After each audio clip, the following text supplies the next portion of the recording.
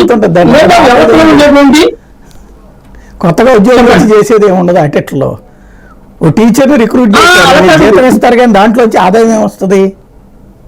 అలా ప్రభుత్వ ఉద్యోగులకి జీతం ఇస్తారు, కానీ ప్రభుత్వ ఉద్యోగులు చేసేటువంటి సర్వీస్ వల్ల వచ్చేటువంటి ఇన్కమ్ ఎందుకు వస్తుంది సార్? దాంట్లో వీళ్ళు వస్తేనే వస్తుందని ఒకరు ప్రత్యేకించి ఒక వ్యవస్థ సరిగా పనిచేస్తే 50,000 రావచ్చు, ఒక వ్యవస్థ సరిగా అవకాశంలో ఏమన్నా రౌడీజం చేస్తారేంటి? కట్టి పట్టుకుని 4 రూపాయలు మీరు ఏ ట్యాక్స్ ఫిక్స్ చేశారో వస్తుంది ఆటోమేటిక్ గా. దాంట్లో ఎగ్గొట్టడం ఏముండదు ట్యాక్స్. ఏం లేదు సార్, వెరీ సింపుల్. ఒక ఎడ్యుకేషన్ సిస్టమ్ ఏంటంటే టీచర్స్ ని కరెక్ట్ గా సెక్షన్ లో పెడితే క్వాలిటేటివ్ పీపుల్ తయారవుతారు. వాళ్ళని వేరే సెక్షన్ లో ఆలోచించి చెప్పండి. ఎందుకంటే మనం టీచర్లను పెట్టేస్తే డబ్బులు వచ్చేస్తాయి, లేకపోతే ప్రభుత్వం అది వినడానికి వేరేగా ఉంటది. కొంచెం అర్థం చేసుకుని జాగ్రత్తగా ఆలోచించి మాట్లాడండి. ఎందుకంటే పబ్లిక్ చూస్తూ ఉంటారు కదా పాయింట్ వచ్చినప్పుడు. ఇన్కమ్ అనేది జనరేషన్కి సంబంధించి లోపు ఆలోచించండి.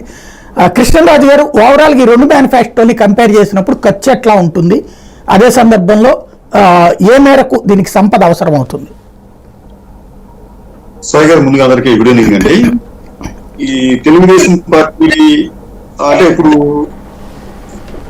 వైఎస్ఆర్ కాంగ్రెస్ పార్టీకి చెందిన మేనిఫెస్టో ఇప్పటిదాకా వాళ్ళు ఇంప్లిమెంట్ చేశారు కాబట్టి ఖర్చు ఎంత ఉంది, దీనికి సంక్షేమం ఖర్చు పెట్టారని చెప్పి అనేది లెక్కలు ఉన్నాయి, దాన్ని మనం కాదలేము. అయితే ఇప్పుడు తెలుగుదేశం పార్టీ దానికన్నా ఎక్కువగా ఇస్తాము అనే ఒక మేనిఫెస్టోతో వాళ్ళు ముందుకు వచ్చారు. దీంట్లో భాగంగానే వాళ్ళు ఏంటంటే ఈ సూపర్ 6 అనేదే చాలా కీలకమైందండి. ఎందుకంటే సంక్షేమ పథకాల్లో అత్యధిక వాటా ఈ సూపర్ 6కే వెళ్ళిపోయే అవకాశం ఉంటుంది.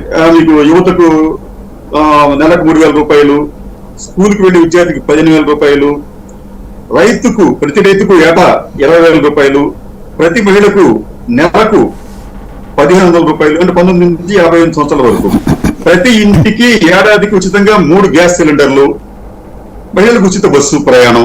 ఇవి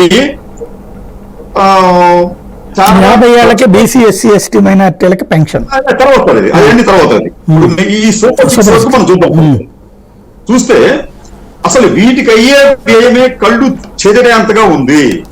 దాదాపు 1,00,000 కోట్లకు పైగానే ఈ 6 పథకాలకు ప్రతి సంవత్సరం వ్యయం చేయాల్సి వస్తుంది.